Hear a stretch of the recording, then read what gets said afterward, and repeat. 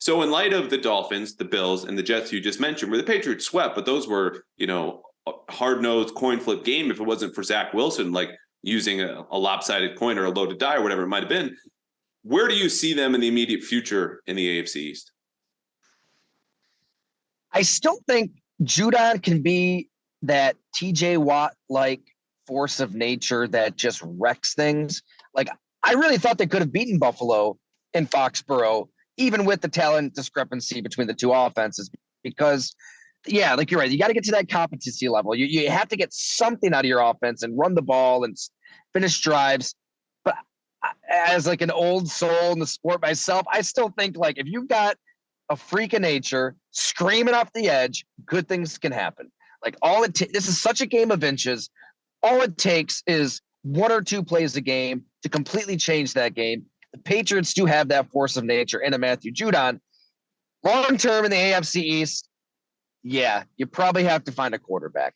Now we get into the whole Mac Jones thing. I'm not sure where it goes with Mac Jones. All I know is they haven't done him any favors, and everybody seemed to see it except for the Patriots with Joe Judge and Matt Patricia all of a sudden leading the development of a promising young quarterback. I mean, a Pro Bowl quarterback who played well last season.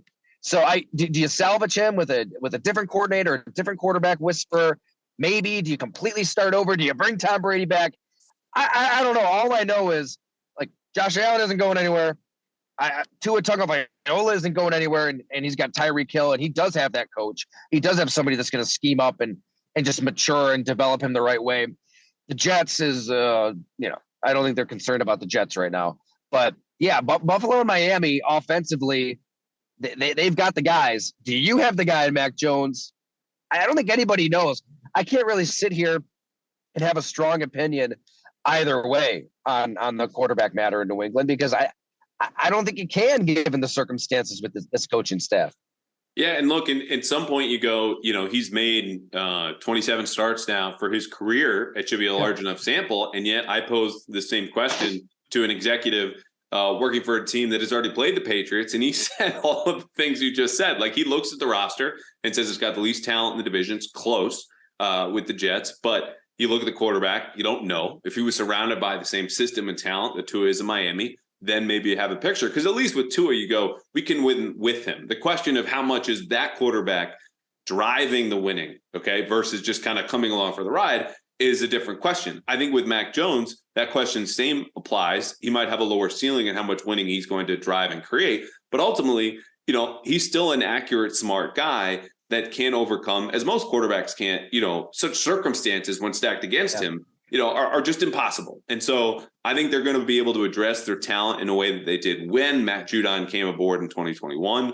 It's just going to have to be at positions that, at least in a couple cases, they've been unwilling to spend market value for. And that's receiver. That would be offensive tackle. And then maybe to get a corner, because we could talk about the quarterbacks. The receivers in this division are going to be just as problematic. Diggs, Rose, John Jones. We look at Tyreek Hill, Jalen Waddle, Garrett Wilson is for real. Like, it's interesting where that might be more of the, modern football is having a number one receiver. But, the teams that start the new trends are the ones that zag right away. And I'm not saying having bad receivers is a good zag, but it's just interesting because at some point too, you like the rest of the division did, have to respond to the team at the top, build yourself to beat them. And the Patriots were the team on top that the Bills and the Dolphins were designing themselves to be.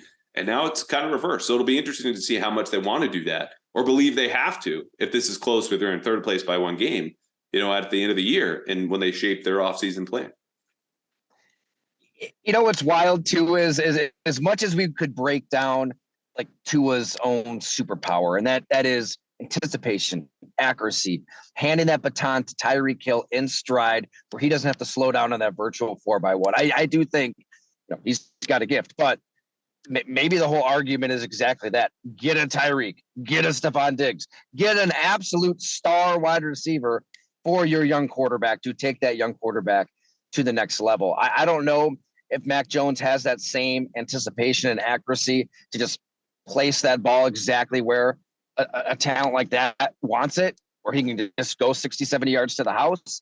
But they've got to figure it out. Like, it seems like his mind was his superpower, his strength, like the way he sees the game. So Find receivers that can help accentuate that.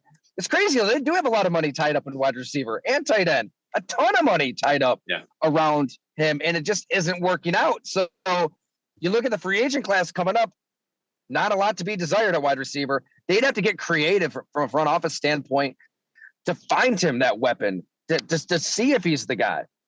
Yeah, I hear you. Are you going to be, would you know Patriots Buffalo season finale, depending? I mean, since that's close to home, are you going to be around for that game?